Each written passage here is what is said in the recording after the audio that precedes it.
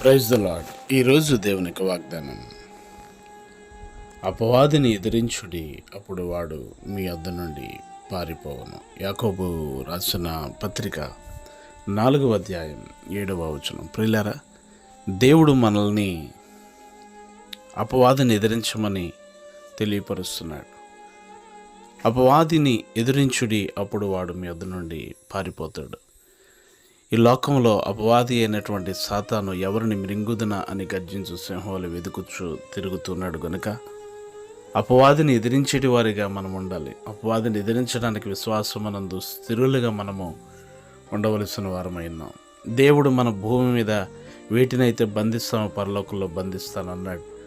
వేటినైతే భూమి మీద మనం విప్పుతామో పరలోకంలో విప్పబడతాయని సెలవిచ్చారు కనుక అపవాదికి స్థలం ఇయ్యక అపవాదిని ఎదిరించే వారిగా మనం ఉందాం. మీకు ప్రార్థించే దర్శనలు డేవిడ్ గారు. మీ గాడ్ బ్లెస్ యూ.